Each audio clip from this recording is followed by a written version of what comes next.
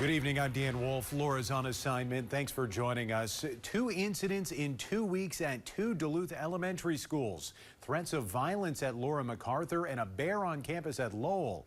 As Northern News Now's Kyrie Johnson reports, those situations highlight the district's new method for handling potential crises.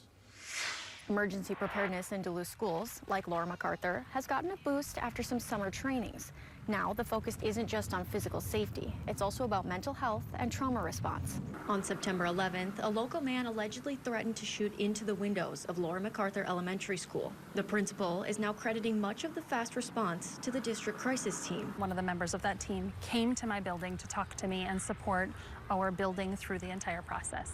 So that was really helpful. At that time, students were not aware of the threat, but parents were alerted quickly with the help of pre-written templates. On Monday, when students returned to school, the mental health aspect of the crisis response system was in full effect. So we had more adults in our building on Monday to support with the mental health needs if something were to come up, but also to be a face in the building to help students know that there's additional people here to keep us safe.